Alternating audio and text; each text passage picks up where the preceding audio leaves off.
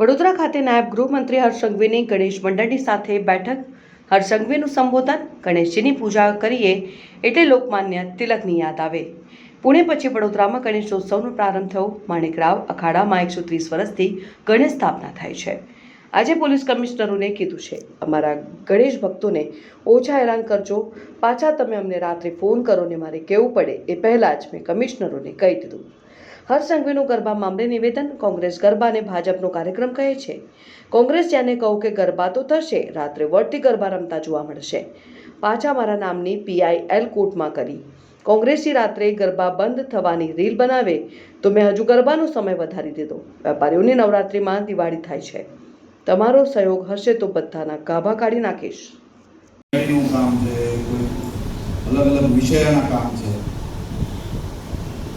અને એક વસ્તુ સારી, આપણે સતીશભાઈ કોઈ બી મંત્રી ત્યાં ટેબલ પર જઈને પરોઠી મારે બેસી જાય પાછા. જો કોઈ લોકોનું કામ હશે, લોકહિતનું કામ હશે તો પાક્કું કોઈ બી મંત્રીનો જબ્બો પકડીને ઉભા રાખીને કામ કરાવી શકે એવા છે નથી.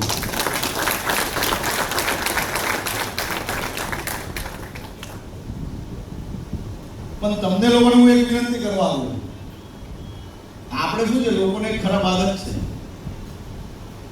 આપણે શું કરીએ, ચૂંટણી લડાવીએ, મહેનત કરીને જીતાડી દઈએ અને જીતાડીને બીજા દિવસથી આપણે મોટા મોટા હાર તોલા પહેરાવવા.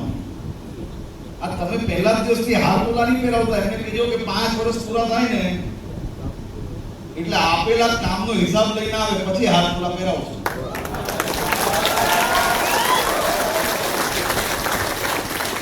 એટલે હમણાં તમે 2-5 દિવસ લાગીને બરાબર જીતાડો અને પછી હાર તોલાની બદલે કામનું લિસ્ટ આપી લેજો કે આ બધા કામ છે પૂરા કરો અને પછી મળીએ છે શાંતિ.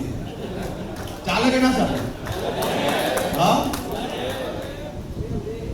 હું તમને પાકું કહું, પણ આ પકડી લેવા જ કામ એટલે પૂરા થાય તો પછી હાર તોલા કરી લેજો, નહીં તો પછી એ મને કહેશે કે તમે તો બધેથી બાકી રહ્યા.